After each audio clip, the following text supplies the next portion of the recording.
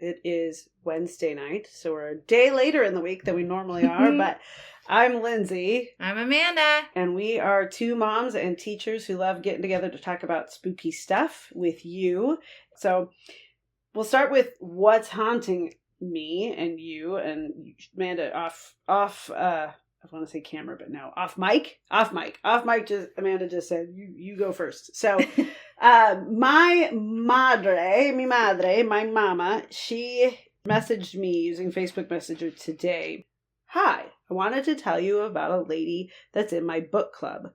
The other day we were talking about magical realism from a book that we were analyzing, and that discussion led into some ghosty stories. Okay. She said that she had a paranormal experience when she was a child living in, and I'm not going to name the country because I don't want to necessarily give this person away, but she said that a man dressed in a tweed jacket and wearing a hat had appeared to her on several occasions, standing on her balcony, holding onto the bars at her window, and just looking into her room. No, thank you. This room was on the second floor, and he had no way of getting up there other than scaling the wall, getting a ladder, or flying. Mm-hmm. This occurred many times. She told her brother about it. Then one day, she saw a beggar on the street of her town, and he was dressed exactly like the man who had been standing on her balcony.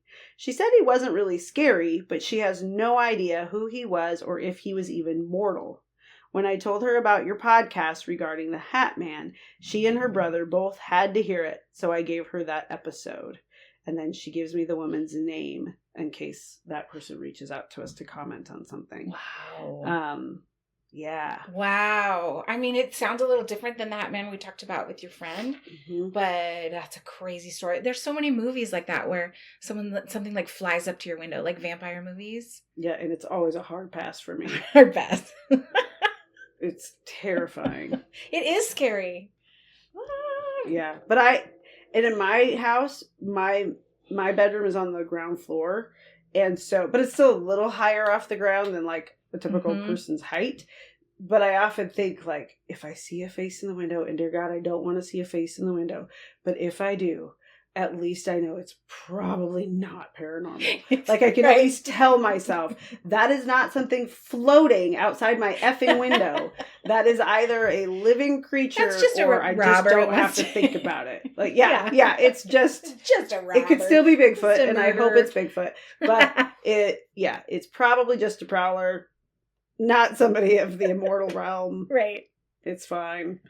So that's that got me. I was like, ooh. Yeah. Ooh. I wonder if I don't expect her to confront him because could be scary, you know. Right. Well, she now lives here in this country, far away from where this happened.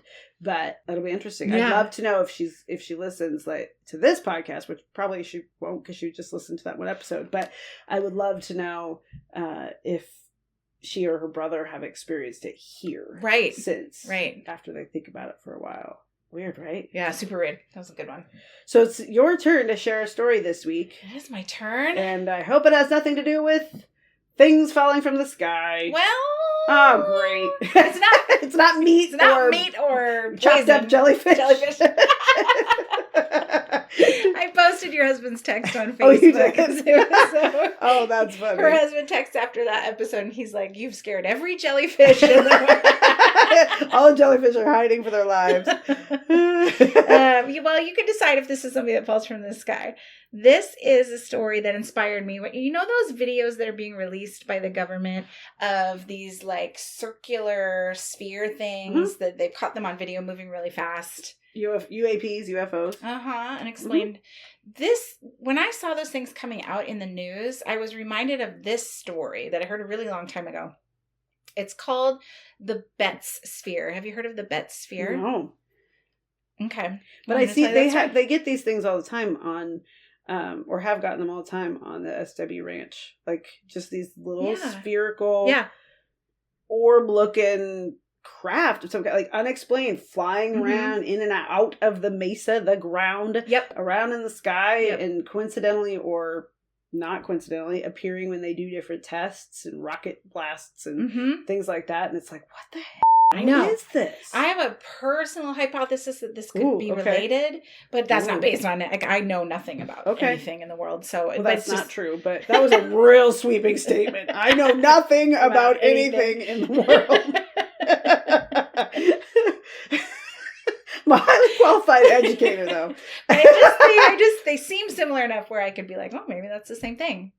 And maybe you're right. Mm-hmm. Like, we don't know. Well, you don't know because you haven't heard the story. So you ready? Let her rip. Okay, I'm taking you to March 27th, 1974. Doo-doo-doo. Heard of it. We're going to a place called Fort George Island, Florida, which I think is not actually an island. Is it in the Keys? I don't think it's really an island. It's around Jacksonville. No, this is our first Florida story. St. George. Fort George. Fort George Island. Oh, Fort George. That's very different. Is there a St. George? There's a St. George, Utah, which is one of my favorite towns in Utah. God, now I want to know the story behind St. George. That's a funny name of a saint. Is it? George is just a funny name. That's my dad's name. It's just a funny name. Like, when I think of saints, I think of, like, Laurentius, and which I just made up, I think. But made up a saint. That's a great name, though. Fort George, Florida. Is it an island? It's an island. It's like yeah, it's definitely an island, and it has huge river systems in it because, of course, it's like below sea level. Yeah, it's swampy. Yep. There was a family that lived there called their last name was Betz, the Betz family. Okay. And they were a successful and wealthy family. They had a large piece of property and a lovely large old house that kind of looked like a castle. It was built with like stone and stuff. And this property they owned was really large. It had marsh on it, but it also had a pine forest on it. Okay. And I like to paint a picture for you. Okay. So they were made aware of a brush fire that was on their property, way out on the property, not near a road. So they had to like go down the logging road and then walk into the forest a little bit to get to where this brush fire was. Okay. And when they got there, they found something really strange on the ground. They found a metal sphere about the size of a bowling ball. Okay. Just sitting there on the ground. And there wasn't like an indent around it, like it had fallen from space or something. It was just chilling. Okay. And we're not near a road. And we're not near water. All right. Like, they thought it was a cannonball. Like an old, they're like, this maybe it was an old cannonball that somehow made its way over here. Washed up somehow over decades and decades and decades and got into the inlet or whatever. Yeah. Okay. That's what they thought it was. So they pick it up and they realize it's really heavy. It's like 22 pounds. Okay. It's about 8 inches diameter and about 22 pounds. So heavier than a bowling ball. And they brought it home with them because they're like, this is neat. Yep, I would too. I think I'd do the same thing. Yeah. Yep. They bring it back to their house. Here's the family members. There's a dad named Antoine. Okay. He's a marine engineer. Which is a pretty, he's a scientist. The mom's name is Jerry, and she's a successful business owner. Okay. I think they have more than one child, but the main child in this story is named Terry, and he's their son, a young adult son. And Terry brought it back to his room and let it sit in his room for 2 weeks. Just nothing happened. Okay. Put it in the room for 2 weeks. Okay. Here's where it gets weird. Terry has his girlfriend over, and he's playing the guitar for her. And it's 74, so let's paint the picture. What song could he be playing? Bob Dylan. He's playing Bob Dylan. Throwback Bob Dylan, like a Rolling Stone. Yes. That's just trying to woo his girl. Playing a little... Tale as old as time. He's playing like Stairway to Heaven or something. Yeah. And she's like, my God, this is the longest song in the history of songs.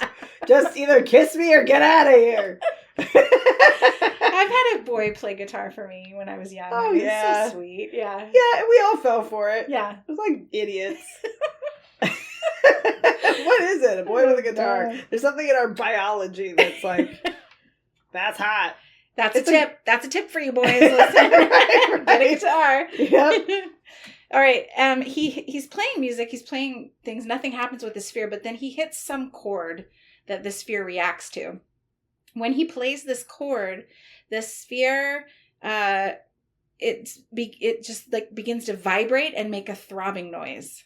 A throbbing noise? Mm-hmm. Like a thrumming noise? Or what's a throbbing noise? Like what's wah, wah, wah, wah. I think so. What's a thrumming noise to you? Okay, let's make it very clear for our audience. Like, throbbing noise. Like throbbing is an action. I don't think of it as like a sound. Like a throbbing is like it's something that's pulsating. Okay. Like your heart throbs, but that's not describing the sound. That's describing the movement. Right. To me. And then but a throbbing sound could be. I mean, I guess it's like. That's like what I picture and vibrating. Yeah. Okay. But it's emitting a noise. It's making a sound. And girlfriend grabs her jacket and her pocketbook. Like I'm 85 years old. I just said pocketbook and dashes out the door. And her gloves and her scarf. Right. And her little tilted hat. Pillbox hat. And she's out. Hops in her time machine. Love it. Okay. So the orb has awoken or something from this noise. It sounds like it's trying to make the same chord that he's playing on the guitar. It resonates with it, literally and figuratively, somehow. I guess. Or it's a communication thing, or I don't know. And surprise, you're not going to get the answer by the end of the podcast. Okay, you love to do that to me. It's just another unsolved mystery. Yeah. Okay. I like the mysteries. Okay. So now they realize he gets it off. He gets it off the shelf. And he's like, what the heck is this thing doing? Right. And he's listening to it and he's holding it and he puts it down on the ground and it starts to roll on its own. Nope. Chase after the girlfriend. Get out of there. Get out. It just rolls. That's a horror movie. That's a sci-fi. Oh, was that in Poltergeist where they're sitting down and they're watching the chair move across the floor and then they sit the kid down and the kid gets pulled across the floor? Yeah, I don't like it. It's kind of like that. It's just unnatural movements that are always freaky deaky. Yeah, it's defying physics for sure. Right. Like it's... An object in motion stays in motion. An object at rest stays at rest. So the fact that it starts moving indicates that there's a force upon it. What the heck is the force? Is it something within it? Is it something from without it? Like, what is going on? Yeah, and it gets weirder. This isn't just a ball that just you set it down and it rolls. It'll stop on its own. It'll turn and change direction on its own. Cool. And it will... It reminds me of... What are those little robots you use in your class? Oh, yeah, the Sphero Indies. Yeah. Yeah, it's like you want to tell everybody what those do? Sure. It's just got a... I gave you the wrong... Sphero Mini. Sphero Mini. Yeah, the Indies are the cars that we have. There's a small wheeled robot inside the shell that climbs up the walls and pushes it forward, causing the ball to roll. It's like BB-8. We have it, yes. And BB-8 is made out of the same exact thing. Gyroscope. That's it. Gyroscope. Thank you. Okay, yes. So, gyroscope, where it seems... the thing that you're describing seems like it's someone's powering or controlling or coding somehow, programming it. Yeah, I think it's like it's got the gyroscope inside. But did they have that technology in 1974? No, the robotics for that. No. Yeah, no. Well, it's weird.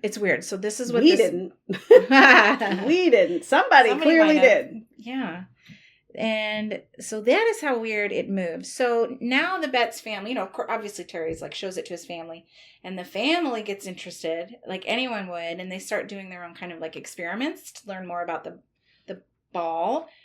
And here's different things that it did. When you shake it, you can hear 3 things rolling around inside of it and jiggling. And when it sounded like there were balls inside. And when those balls hit the side wall, they make that kind of chime sound, like the yoga masters will chime on a bowl or whatever. Kind of makes that sound faintly. Okay. And if you hit it with the hammer, the sphere reverberates. Okay. Maybe that's normal though. Maybe if you hit anything with a hammer, metal on metal. Yeah. If you hit it and it also goes, ow! Now we have something different. Okay. No, and I'd love to find that story, but he could activate the movement of the ball by shaking it first and then placing it on the ground. That would kind of wake it up to do its little dances on the ground. And then a little triangle pops up. You ask it questions. It's doubtful. Oh, most yeah, definitely. It's like an 8 ball. Yeah. It would do weird things, it would follow them. So you could put it on the ground, it would roll away, stop, maybe take a few turns, but it would eventually come back to your feet. It would also do that if you moved your position. So if you stood there, set the ball down, it does its thing where it rolls in weird physics-defying ways. You could take a step across the room and then the ball would still come to you, back to your feet and stop in front of your feet. Interesting. Super interesting. If you Now there were camcorders or of some kind. No, that was the 80s. I don't know, but there are going to be a lot of witnesses. So okay. As you know me, I like stories with lots of like corroborated. Give me some evidence. Yeah. Yep. If you put it on a table, it would roll like it to the edges and stop. Like it knew where the edges were. Like it was exploring. It could sense depth perception. Yeah. Okay. That's crazy, right? Yeah. And then it was also magnetic. And like a paper clip would stick to it. Okay. But they noticed the more it moved, the more magnetic it would get. So the more it moved, the more generating magnetic energy. You think so? You might know a lot. You're kind of engineering. Well, like if you ever use a power drill, I've used one. Like, yeah. In it with a screw, like the screwdriver head on it.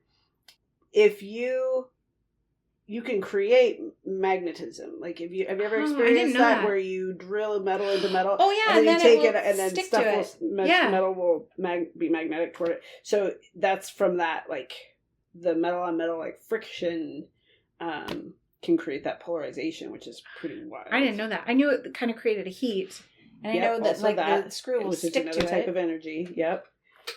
Okay. Yep. Now some screwdriver heads are intended to be. They're magnetic, like they're supposed to be, so that it helps hold on to the screw as you drive it into the wood or whatever. Yeah, I don't totally understand magnets. It's sort of like clouds.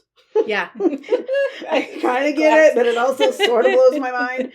I'm not a physicist. No, thank you, physicists everywhere, for doing the hard work. Yeah. This ball, the Betz Sphere, would also, like you know already, it responds to harmony, vibration, frequency, when certain notes or chords are played. I think that's super cool. I think there's some kind of connection with music in this world, like some kind of frequencies. Yeah. Sound frequencies, for sure. Yeah. So they stored it in a trunk. And they were showing it to friends and family. Yeah, they started out by showing it to like friends and family, right? Okay. It's really cool.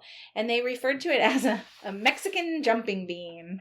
Oh my gosh, do you remember those? Yeah, I love that. Oh, it's so wrong. Because they're just like larvae of a moth. And the worm inside the bean is what makes it. Do they ever come out? Sure. But they don't live because they're like not a native species. Or because they've had traumatic head injuries from like shaking. They come out, but they're not right. They come out with a little tiny banjo. Yeah, we would get those. We'd order. You could pick those up at a gas station, touristy trap thing. You could also get like sea monkeys. Yeah, you could order a lot of things from the back of a magazine. You probably can't do it now because it's probably cruel. It's probably cruel to animals. I'm sure you can in some places. Yeah, I would guess Arizona. You probably could. There's probably some border states. Okay, so Jerry the mom, I think she's pretty smart. You know, remember how we've talked about, like, what would you do? Who would you call if something paranormal happened to you? You. Yeah. I would have been like the friend to come over and see the ball first. 100%. 100%. Yep. But I think Jerry was really smart about it because she wanted somebody to check this ball out. So she called the news. She called the Jacksonville Journal first. Yeah. Because I think she knew that it would get like a lot of attention and then that would help scientists come and look at it. And Okay. I think that's what she's thinking. So a representative from the Jacksonville Journal paper, he arrives at the door. And his day's about to be so made. Yeah, because I heard he showed up and he's like, show me the sphere. Show like me he's the not, ball. yeah, it's like, it's Friday at 4 p.m. Right. I want to go home. Right. He's low man on the totem pole. Yeah. He was assigned this report to make. Yikes. So okay. Jerry greets him at the door and says, you're not going to believe this until you see it. And she puts the ball down in front of him and it rolls forward and then it stops and doesn't do anything. And the reporter's looking at Jerry and Jerry says, just wait. You know, yep. She's like, just wait a second.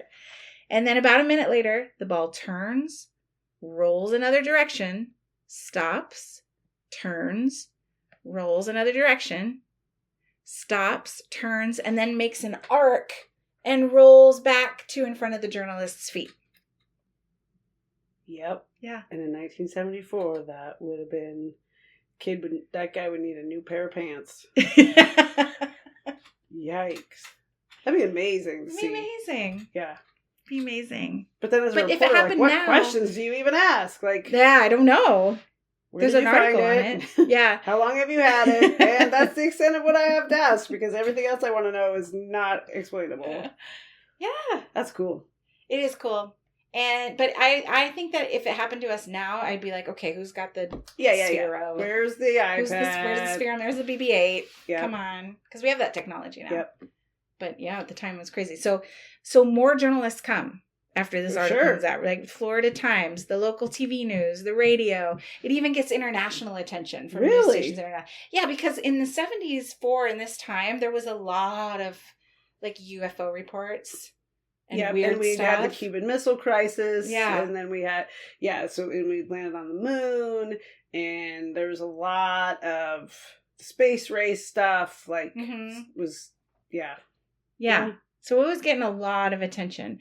And all of these reporters. And Star Wars movies. Oh my gosh, the Star Wars movies came in 77, right? I thought, yes. Yes, because I wasn't born yet, but my husband was. Yes. That's I believe awesome. so. Yeah. Okay. So these news stations, they help arrange tests with scientific institutions. And Jerry stays with the ball the whole time. Smart. This is important because she's I think she's really, truly a smart person, and they're very successful people. They're not like trying to make money off this. Right. And she wants to know what it is, and she's not letting it out of her sight. Mm-hmm. So they arrange these tests with scientific institutions like the University of Florida, and they do a bunch of tests. And the tests reveal that the sphere is emitting an electromagnetic field and was magnetized. I don't really know what an electromagnetic field is, though. So that's what, like, an EMF detector, that's what that's detecting. Use. So anything that puts out electricity, like an EMF detector around any of this equipment right now would be going off. So it's producing its own electricity, essentially. So somewhere in, on, or around it, electricity is being generated. Wow. Yeah. I don't know. That doesn't just happen. No. Oh, and I forgot to mention this. The ball there's no seams on it. And there's no point of entry. Like when you make a ball, there's usually like a welding seam, right? To put pieces together. Or there's a hole like a piñata. Right. Then you plug up the hole later. This sphere has none of that. Interesting. It's just solid. Yeah. Do they start drilling into it and stuff? They tried they did heat tests and pressure tests with how much weight it could carry, and it maxed out the pressure tests they were doing. What? So, yeah. They couldn't crush it. Crush it. And they determined, but all the scientists thought that it was like stainless steel, man-made, but they didn't know what it was. Everyone's like, this is weird. Huh. But they thought it was but they couldn't crush it? Because stainless steel you can crush. I don't know. If your ball is thick enough, I don't know. I'm not a scientist, but I'm thinking if your ball is thick enough, the thicker it is, the more pressure it can handle. Oh, right? yeah, for sure. But it only weighed 22 pounds. Yeah. So steel's heavy. So if it were solid steel, it'd be more than 22 pounds if it's bigger than about the size of a bowling ball. Yeah, and it's not solid. We're going to find that out soon. Okay. Yeah. So then that's mysterious that they couldn't crush it. I know. Or pop it. Can you pop a metal ball? No. Crack it? Sure. Interesting. Okay. What else you got for me? This is wild. You like it? Yeah. Yeah. I want one of these things. I want one too. I want to find one. I want one too. They're continuing to get attention, right? This was a really big story at the time. The National Enquirer was offering tons of money, like $10,000 to $50,000. No, to have definitive proof of aliens. Oh, okay. And I know the National Enquirer, we kind of giggle about that. It's a joke. It's a joke. It's got Bat Boy and all those weird things. Right. But in 1974, there weren't a lot of publications that were actually researching weird stuff. Oh, okay. So the National Enquirer, as silly as it sounds, they did have connections with really reputable scientists. Okay. So they... And then at some point they lost their way. Yeah, I think so. I think they lost their reputation. But at the time, they had a panel with 5 experts on it, really qualified people. Okay. The panel was in New Orleans, and they had J. Allen Hynek, who was a Northwestern University astronomy professor, and he was the best-known ufologist at the time. And they had Dr. James Harder, who was a research director of the Aerial Phenomena Research Organization in Berkeley, California. Heard of it? Yeah. They've got like real doctors. They've got doctors and professors on this panel. And they invite the Betz to come and be a part of that panel. And I'm going to show you a picture. This is Terry. Oh, wow. Terry, that's a mustache. He would be played by Paul Rudd. Yes, he would. In the movie. Yes. It is perfectly spherical and smooth. But 100% that's Paul Rudd in another life. I think he's a cutie. Like for the 70s, I think he looks like a rock star. Oh, yeah. Yeah. Yeah, he's got great eyebrows and great hair. But that's definitely a shiny silver metal ball. Mm-hmm. So he takes it to this panel, and the panelists are inspecting it. And because they're, if they get the blue ribbon or whatever, they get all the money. But I'm not sure they're really there for the money. I think they're like really. They really want to know. They're really genuinely curious. It's like us. Like money's not going to hurt, but. Yeah. Okay. More after the proof. So they didn't get the prize. They didn't? Somebody else had something more convincing? I don't know if anybody got it. Oh. Because it had to be definitive proof of aliens. And they decided the ball was cool, but it wasn't proof. It could have been man-made. Yeah, I guess. Yeah. It starts to get weird, though. People want this ball at this point because it's really popular. Mm-hmm. So people are coming out of the woodwork to try and claim the ball or get the ball. Yeah. Of course they are. It was mine. Yeah. Some guy. I knew I lost it somewhere. That's what some guy calls him. He's like, I lost my collection of balls. It's not a puppy. I lost my collection of balls. He's like, I was driving my Volkswagen down the freeway and it fell off the roof. A, it was nowhere near the highway. And B, he had no way to prove that. No. Where's your receipts, buddy? Yeah. No.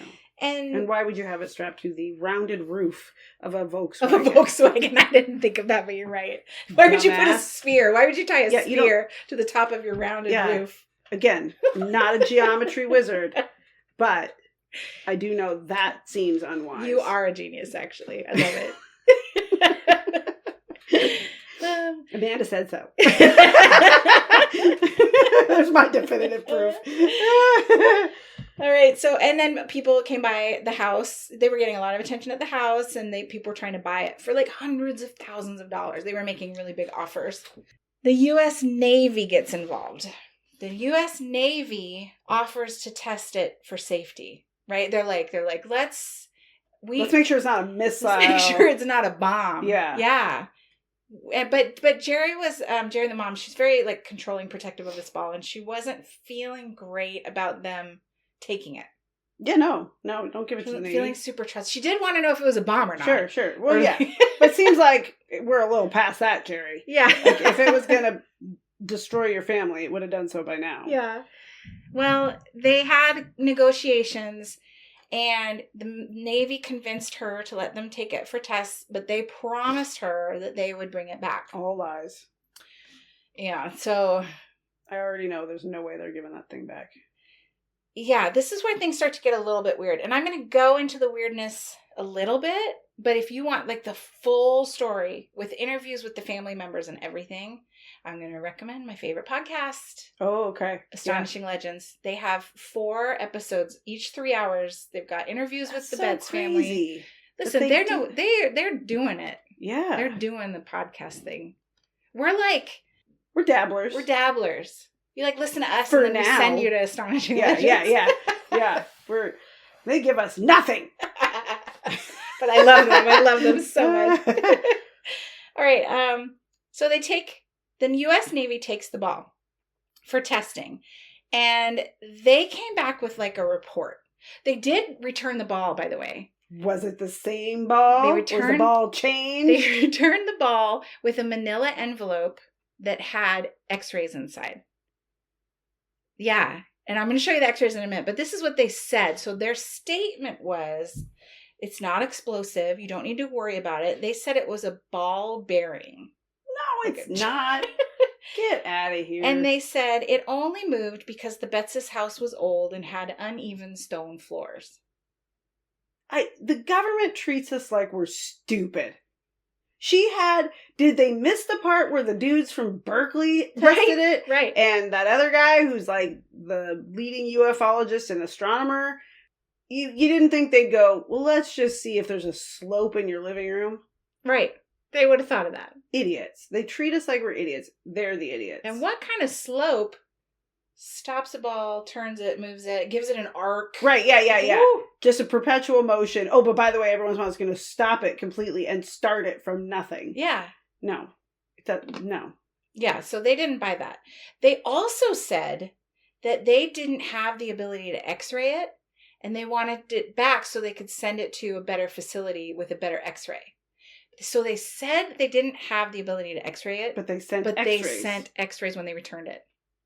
So here's the thing, the guy that returned it, the like military representative that brought the ball in the manila envelope, was apparently like this really young, almost like a courier. Like Jerry or someone in the family felt like they made a mistake.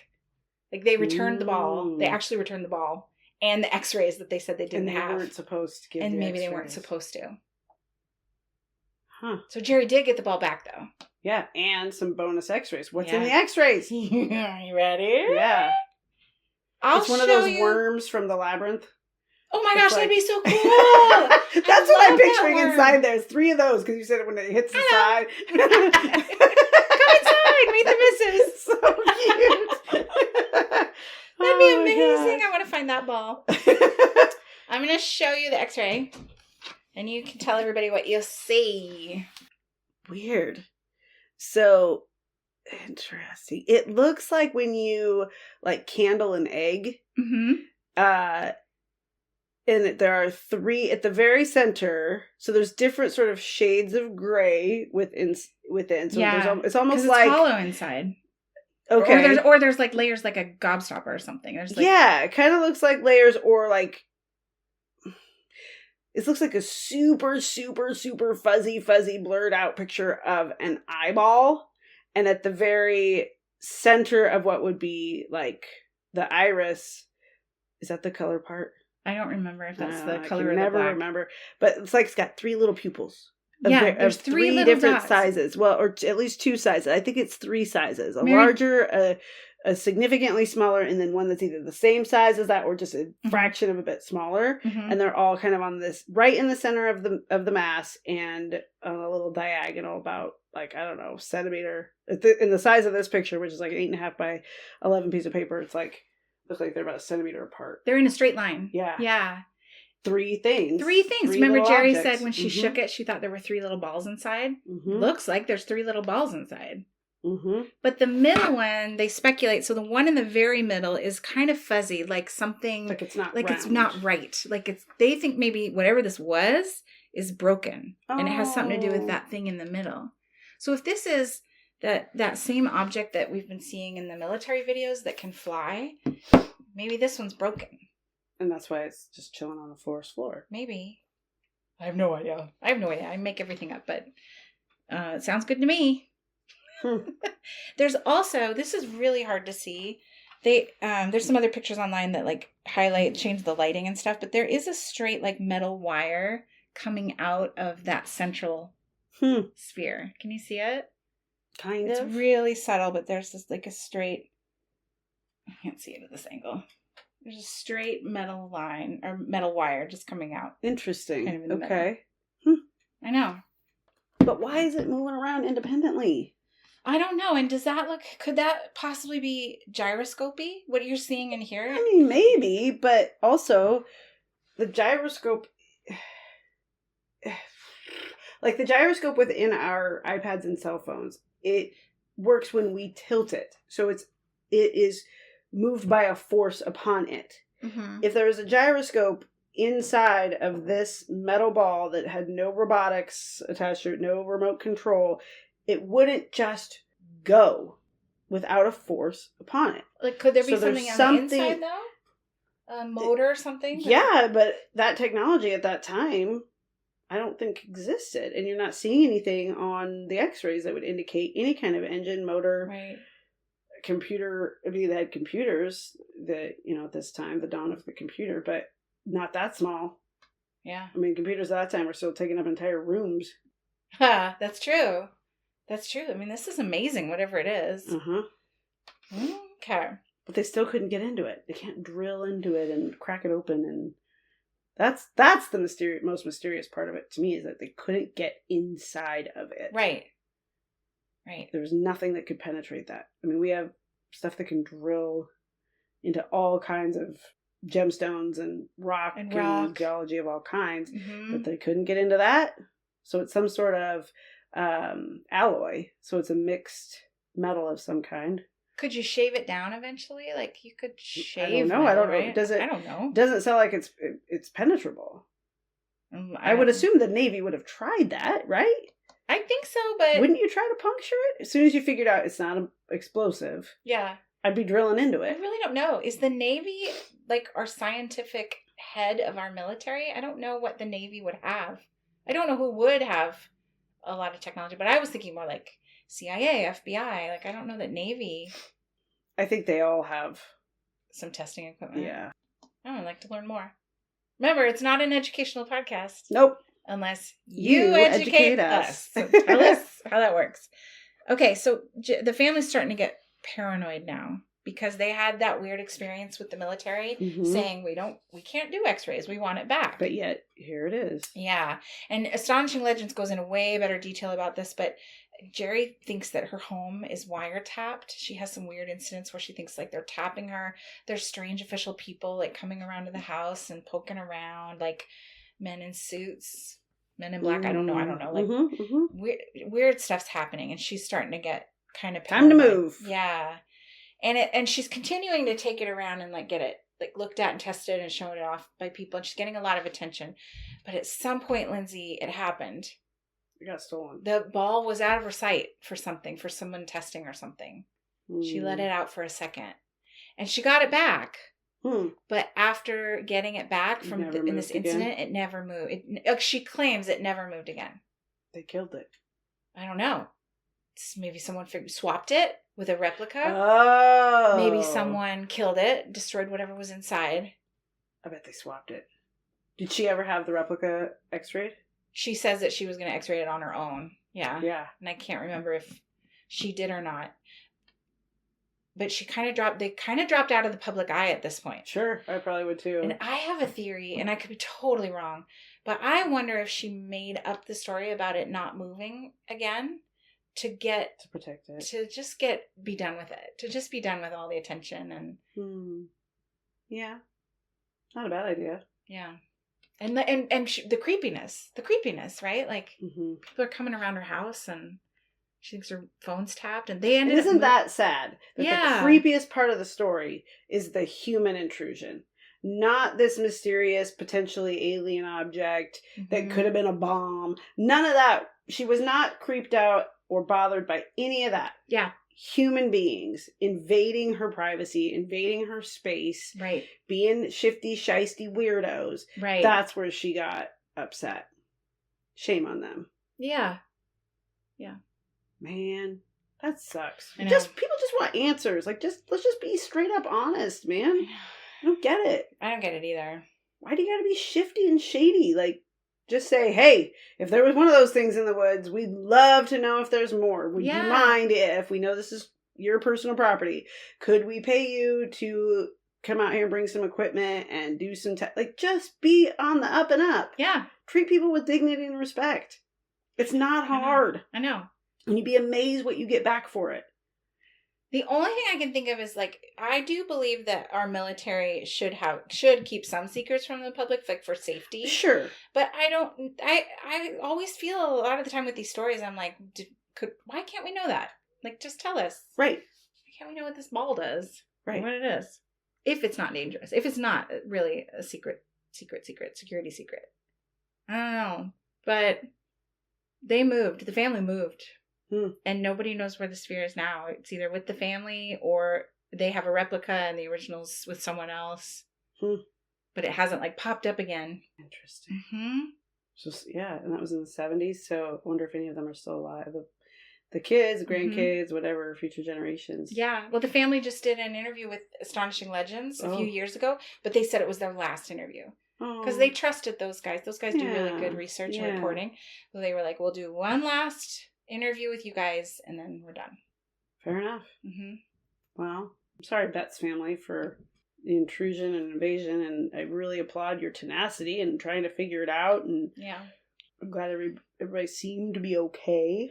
Nobody was hurt by it, but at least by that thing. But I'm sorry for the yuckiness that came with it after. Me too. Like right at the end, it seems like there was a lot of yuckiness at the end for them. Yeah. And having to leave that beautiful house and that property and.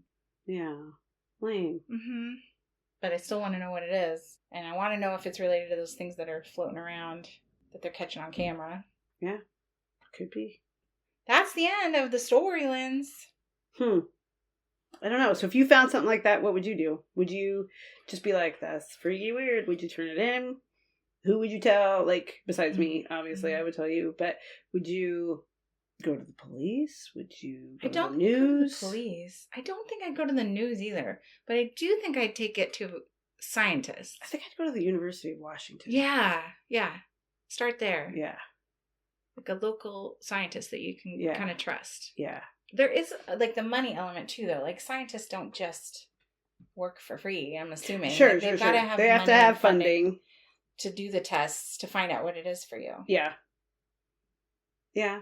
Maybe that's why a lot of these experiments just stop before you want to know what the answer is. Maybe it's funding. Could be. Although, I don't know. I think there's a lot of people who have access to labs and things that would just run a quick test or do this or that and not even don't ask, don't tell kind of thing. Yeah. I wonder if you could do like an MRI on it. No, you couldn't because that's a massive magnet. Yeah. So just x-ray, is that the only way to look inside? Unless you can figure out a way to drill or shave it down like you said, or I don't know. If you guys have any ideas how to get into a chunk of metal like that, I'd love to know. Yeah. Huh. Right. Should we do homework? Yeah, what do you got? Nothing. It's a free week, everybody. Yes. It's finals week. You're off the hook. No extra assignment. No, I have a homework. If it's like, send a link of the podcast to anybody. We're on YouTube now. We just started like posting on YouTube too, so we're pretty accessible. Yeah. Just share it with somebody. One other person. Like just post the link on your socials if you feel confident enough to do that, or send it to one other person. If you've enjoyed any of what we're doing, just share it with one other person who might also enjoy it. And that's it. Thanks for listening. Yeah. Class dismissed. And don't open the door. Stop opening the door.